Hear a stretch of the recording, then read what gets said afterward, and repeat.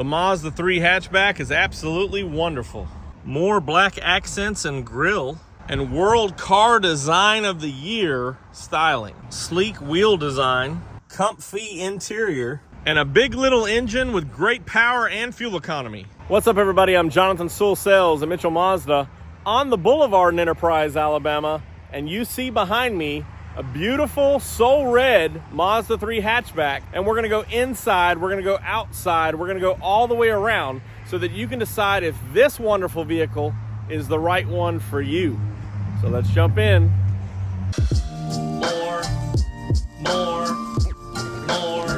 More car vids. More car vids. Getting started up front, this of course is the Select Sport, which is new for 24.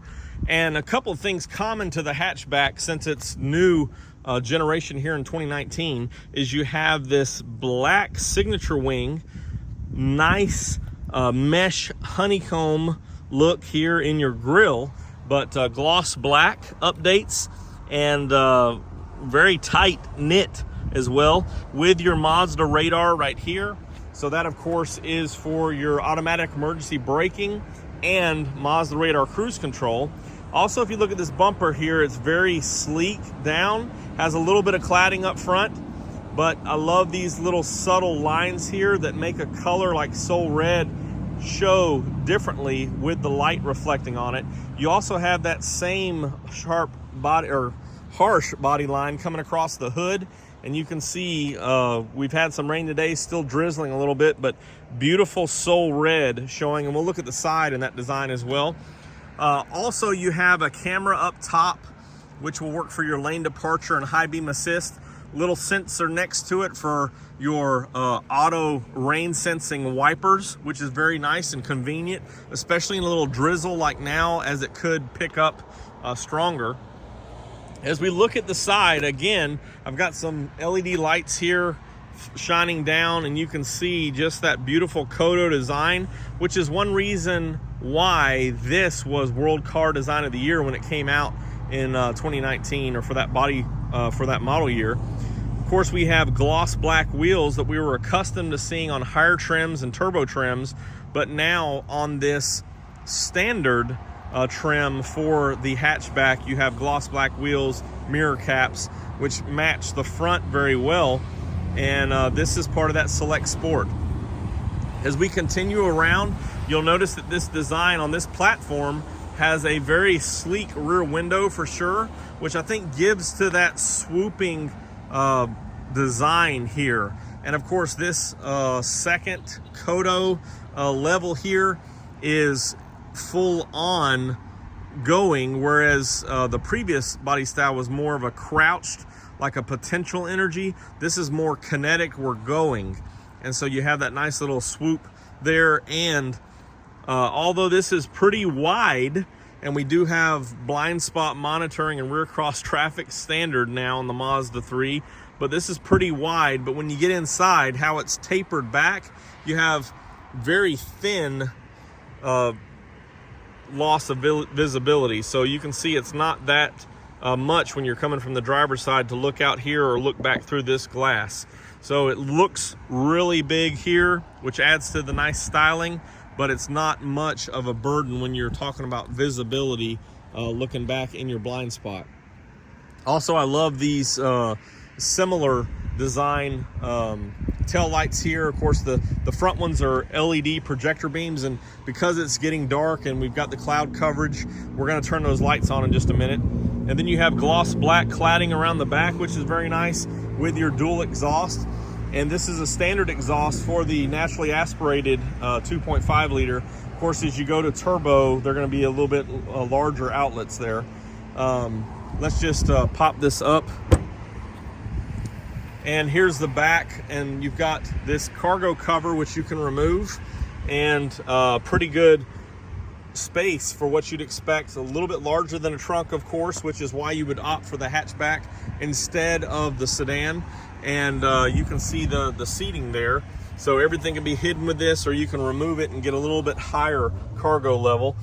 This one has your cargo mat accessory here with a nice Mazda 3 updated Mazda font here from 2020. And then underneath you have this little loop which shows your full height spare and all your tire tools. Then you have your front license plate bracket, and these are black lug nuts with a wheel lock set. Then of course you can see where your tag mounts there. Nice little chrome emblems around tie into that emblem on the rear. And again, it's just a beautiful vehicle. It's hard to imagine or believe that this is the same platform that's on the CX-50, but it is. And this one also is very nice because if you look down the side here, you actually have two different tracks. So the front wheels are a little bit more narrower than the rear wheels, and that gives a little bit more stability when turning, and so makes it even more fun to drive. Now let's peek under the hood before we turn the lights on. Taking a look under the hood, of course, this was refigured for 22. Now you have 191 horsepower instead of 186, and similar torque, but better fuel economy because of cylinder deactivation. And this is the world we live in with rising gas prices. Manufacturers are trying to find technology or use technology to benefit when it comes to fuel economy. And so this one actually gets 30 combined, 35 on the highway. And although that's not as competitive for this segment, it is very competitive for this to have one of the largest and one of the most powerful engines in this segment. So a 2.5 liter when most have a 2 liter or even smaller. This one's got a 2.5 liter, and so it's got the power, it's got the torque, and to get 35 on the highway, 30 combined is pretty impressive.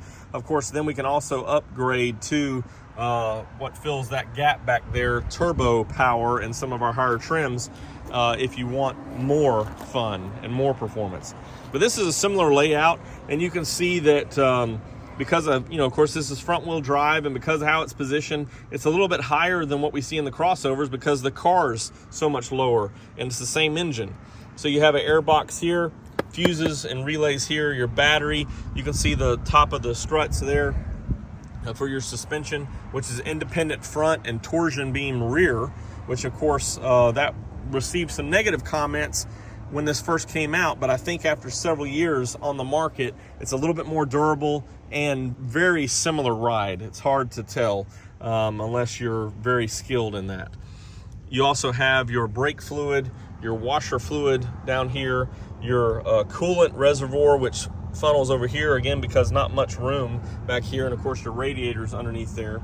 So this has got the zoom, and I'm sure it's something you'll enjoy even with cylinder deactivation because you don't have to spend as much at the pump.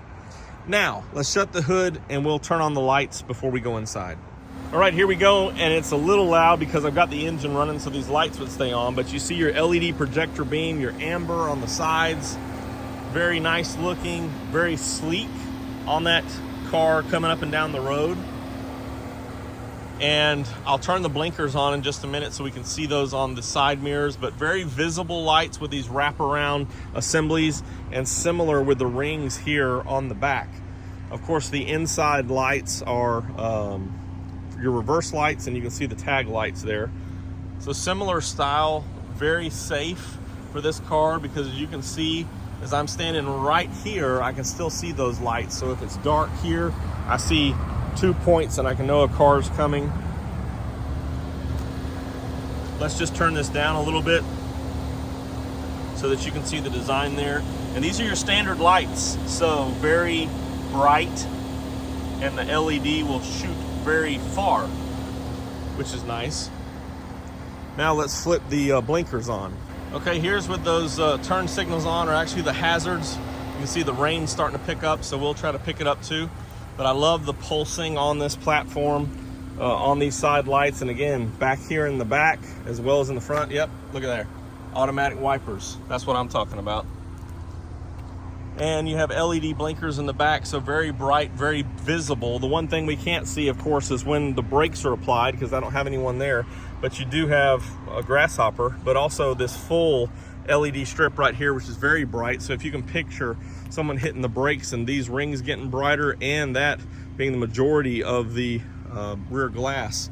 People are going to see when you're stopping, which makes it very safe.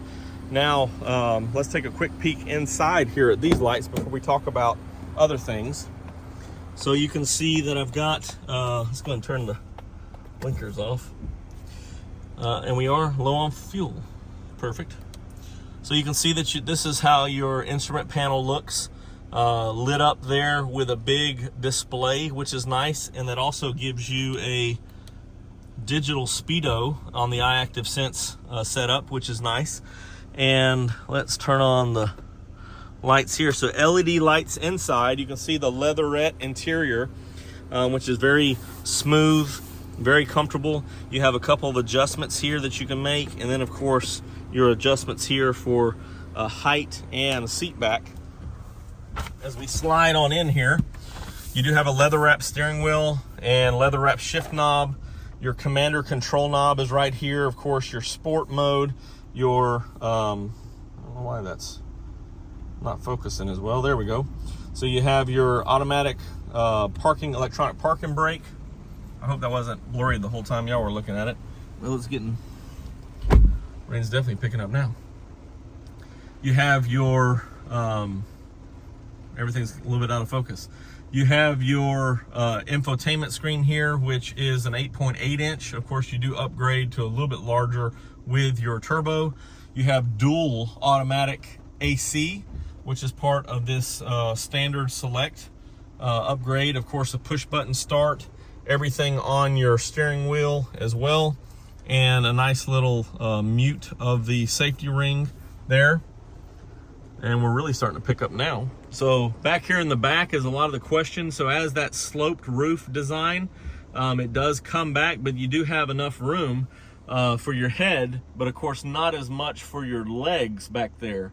So that's one of the downsides of the hatchback. You do have a fold down armrest with cup holders. And right here, you do have upgraded USB-Cs, which are now standard, which is pretty nice. So you can upgrade, and all of your newer phones and things are coming to those. And if you took that cover off, you can fold these seats down, and you'd be able to reach back there with that cover. And so these seats do fold down as well, which makes it a little bit more convenient for other cargo. And I like the black headliner, which ties in well all the way around. And so as I was talking about before, you have this day-night mirror. Hello there. But if you can see, let me just turn that off real quick. If you can see, you have this visibility of the rear glass, which is nice. So you can see all that. And then as you look back here, you don't really have much blocking your view. And as you look back here, not much blocking your view either. Once you, of course, you have side mirrors with blind spot monitoring, but you can see out of that pretty good. I know it's hard to show with this camera here. And with that, I guess we'll step outside and get just a little bit more damp. That wraps up our conversation on the Mazda 3 hatchback. The beautiful Select Sport in Soul Red. You see the lights are still on, they're on a timer. If you have any questions or comments about this vehicle, you can always drop them down below in the comments. Tell me what you think about it. Would you drive the hatchback? Good performance, good fuel economy, fun to drive, and very good looking. And you can text me at 334-718-0504 for all Mazda questions. And I would appreciate a subscribe for all Mazda info and updates. And I can't wait to see you on the road, and be safe on wet roads in your beautiful Mazda.